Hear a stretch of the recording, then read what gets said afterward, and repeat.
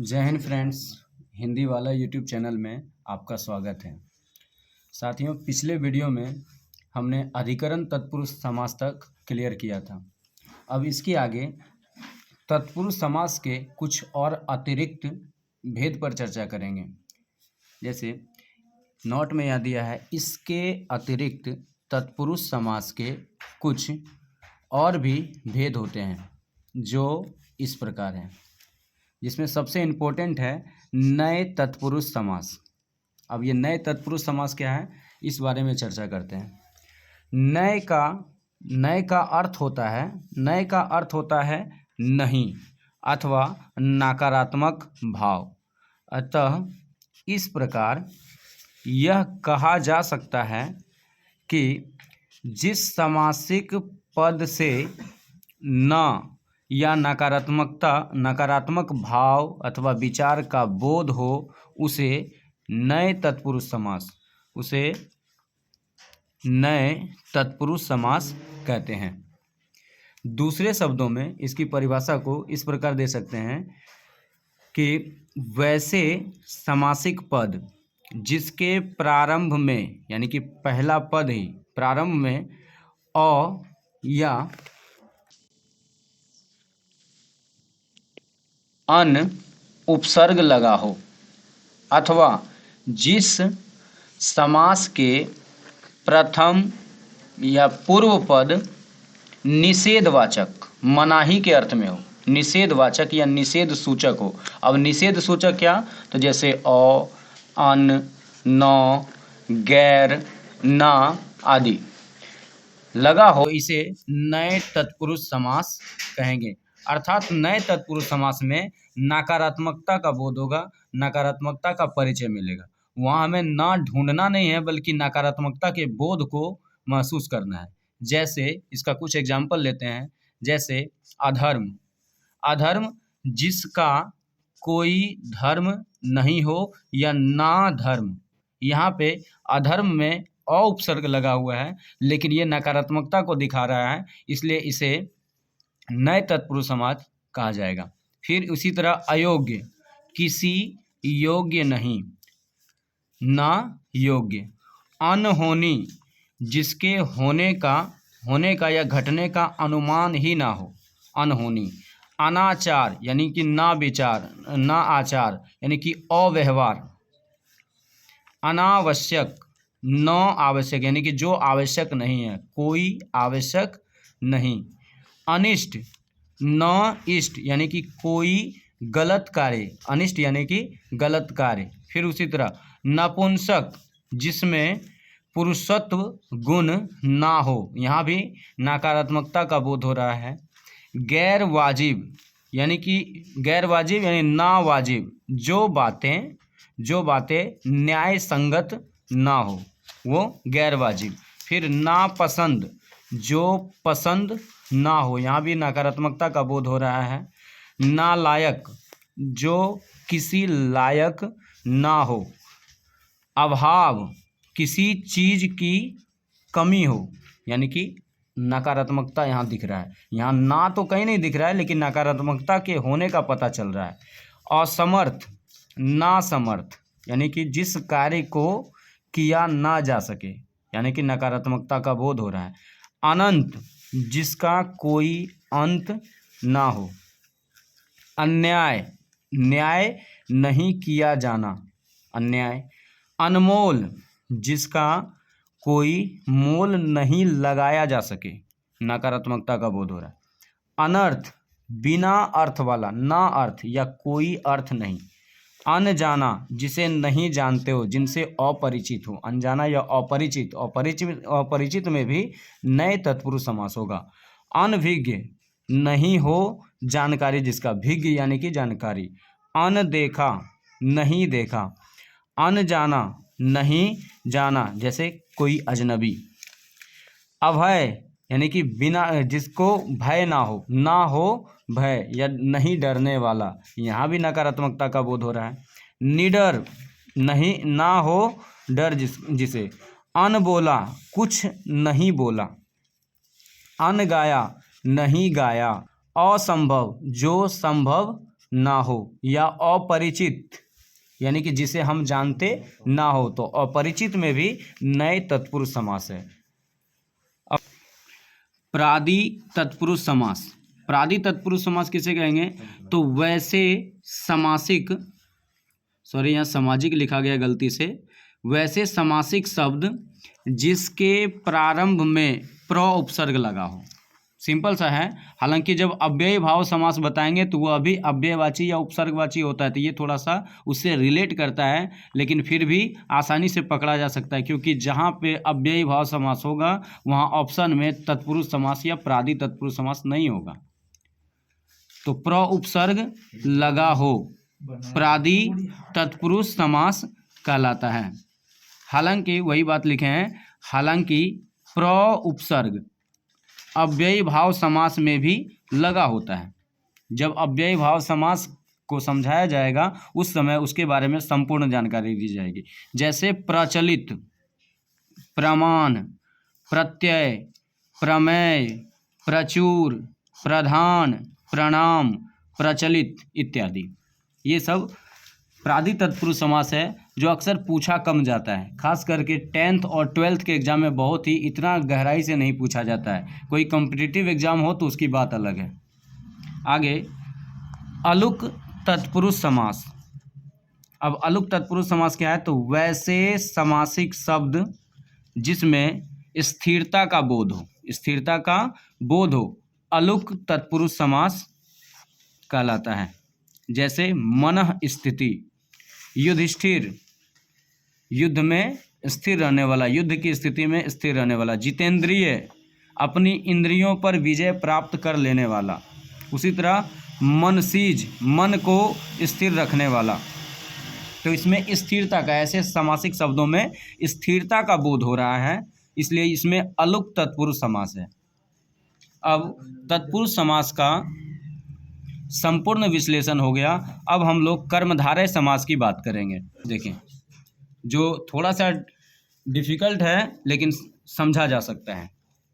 वैसा समासिक शब्द जिसके उत्तर पद यानी बाद का पद या अंतिम खंड प्रधान हो तथा पूर्व एवं उत्तर पद यानी कि पहले और बाद वाले पद दोनों में उपमा उपमेय हो, अर्थात तुलना का बोध हो रहा हो या विशेषण विशेष जुड़ा हो। तुलना हो रहा हो, उपमा उपमेय हो रहा हो या विशेषण विशेष जुड़ा हो, कर्मधारय समास कहलाता है। दूसरे शब्दों में इसे हम कह सकते हैं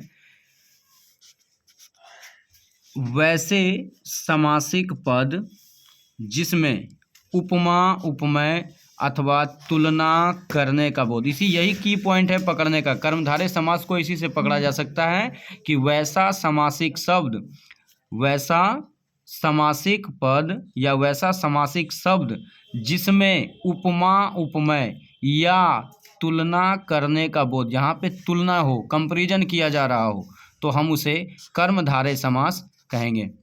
जैसे चरण कमल, इसका विग्रह नीचे किया जा रहा है। चरण कमल यानी कमल के समान चरण हो जिनका।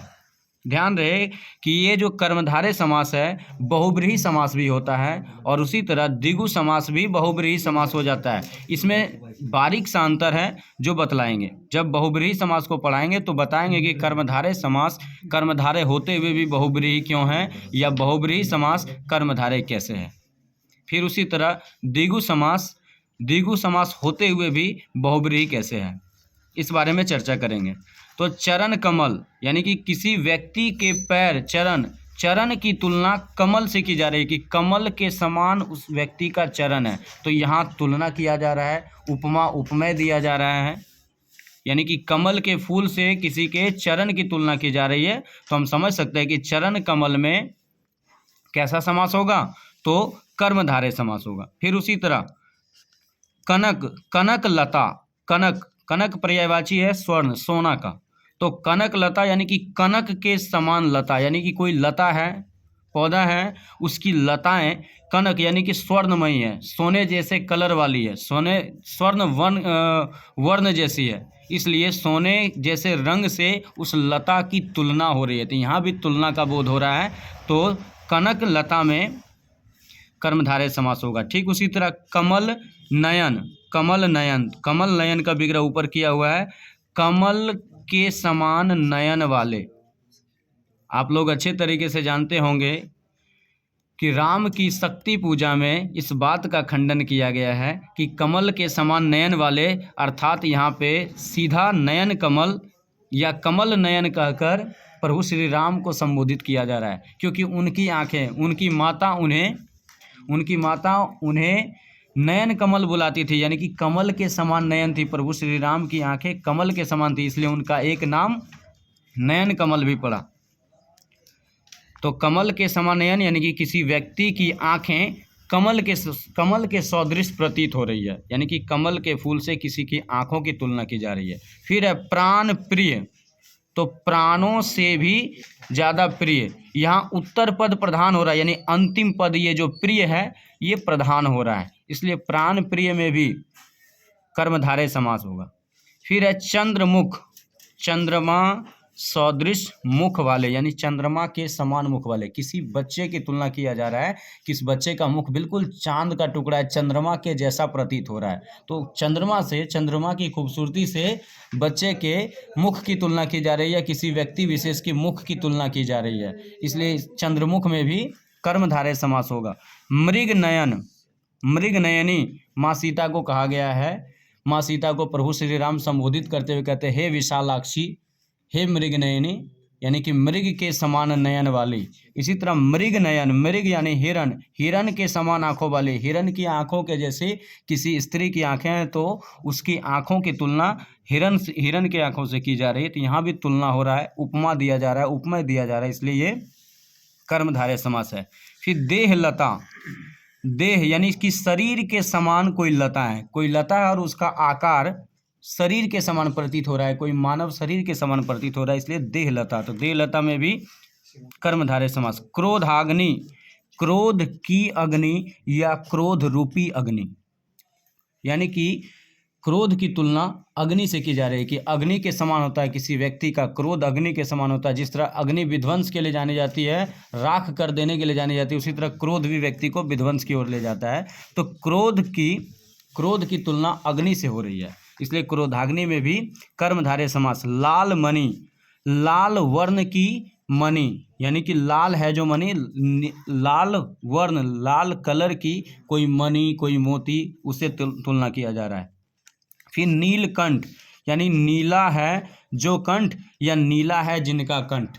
वैसे किसी भी मनुष्य का कंठ नीला हो यह जरूरी नहीं है, ऐसा नहीं होता है, लेकिन नीले कंठ की तुलना की जा रही है, जबकि नीलकंठ में बहुब्रीहि समास भी है, क्योंकि तीसरा पद प्रधान है जो हम बहुब्रीहि समास में बताएंगे। तो नीले वर्ण से किसी मनुष्य के कंठ की तुलना की जा रही है, तो नीला कंठ, और साथ ही यहाँ पे उत्तर पद प्रधान भी हो रहा है।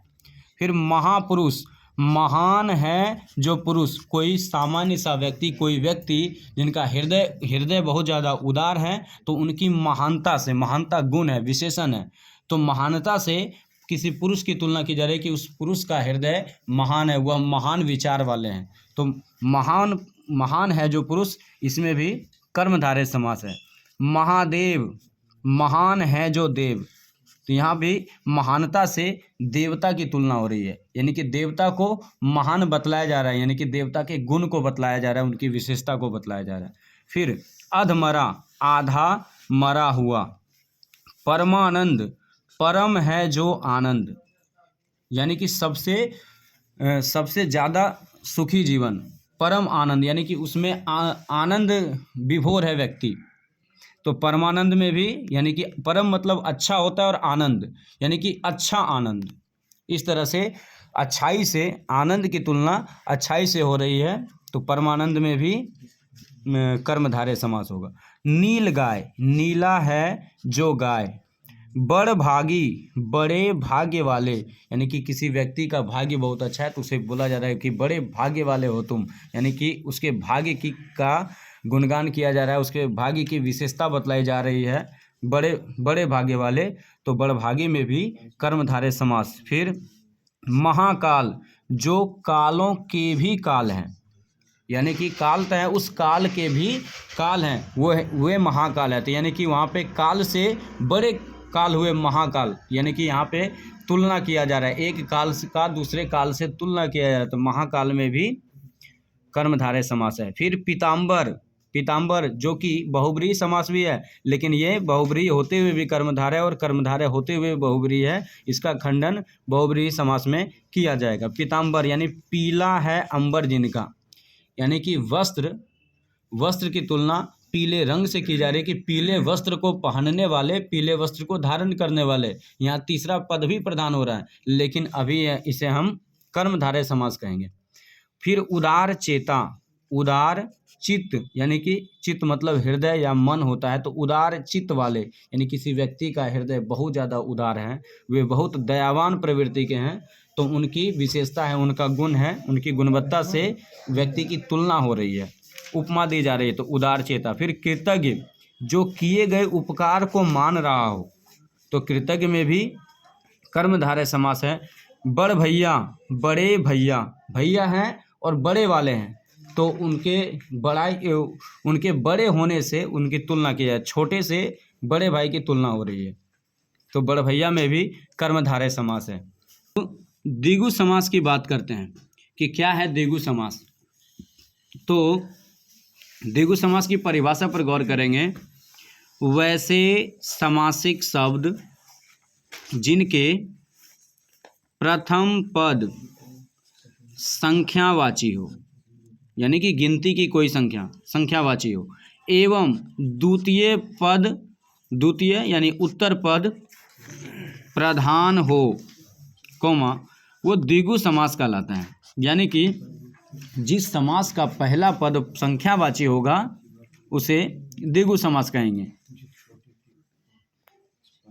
जैसे शताब्दी, शताब्दी यानी कि 100 अब्द यानी वर्षों का समाहार, यानी 100 अब्दों का समूह को शताब्दी कहेंगे। तो शताब्दी क्या है, 100 को दर्शा रहे हैं, 100 संख्यावाची है, पहला पद संख्यावाची, इसलिए शताब्दी में द्विगु समास होगा। फिर दुपट्टा, 2 पट, पट पर्यायवाची है वस्त्र का, तो 2 पटों का समाहार, तो इसमें भी संख्यावाची प्रतीत हो रहा है। चौराहा, 4 राहों का समूह। त्रिभुज, 3 भुजाओं का समूह। सब में गौर किया जाए तो सब में पहला पद संख्यावाची दिखेगा, इसलिए इसे हम द्विगु समास कहेंगे। त्रिभुवन, 3 भुवनों यानी तीनों लोकों का समूह, 3 लोकों का समूह। त्रिलोक, 3 लोकों का समूह, एक ही अर्थ है त्रिभुवन या त्रिलोक। त्रिनेत्र, 3 नेत्र वाले। त्रिनेत्र जैसे ही बोलते हैं तो यहाँ पे तीसरा पद प्रधान भगवान शिव का आता है, इसीलिए पहले बताए थे कि चाहे वो द्विगु समास हो या कर्मधारय समास हो, दोनों बहुब्रीहि समास से रिलेट करता है। इस बारे में बहुब्रीहि समास पढ़ाते समय बताया जाएगा। त्रिदेव, 3 देवताओं का समूह, जैसे ब्रह्मा विष्णु महेश, तो त्रिदेव में भी पहला पद संख्यावाची, इसलिए द्विगु समास भी होगा, और चूंकि तीसरा पद प्रधान है तो यह बहुब्रीहि भी होगा। त्रिफला, 3 फलों का समूह। त्रिशूल, 3 शूलों यानी कि कांटा रूपी नुकीला अस्त्र, तो ये त्रिशूल में भी द्विगु समास होगा। चतुर्भुज यानी कि 4 भुजाओं का समूह। षटकोण, 6 कोणों का समूह। पंचमहल, 5 महलों का समूह या समाहार। पंचभूत यानी वस्तुओं से निर्मित कोई सामग्री। पंचामृत, 5 अमृत समान प्रसादों से निर्मित पंचामृत। पंचमुख, 5 मुख वाले। दशानन, 10 आनन वाले। चतुरानन, 4 आनन यानी शीश, सर, तो 4 आनन वाले। सप्तर्षि, 7 ऋषियों का समूह। सप्तधारा, 7 धाराओं का समाहार। अष्टाध्यायी, 8 अध्यायों का समूह। नवग्रह, 9 ग्रहों का समूह।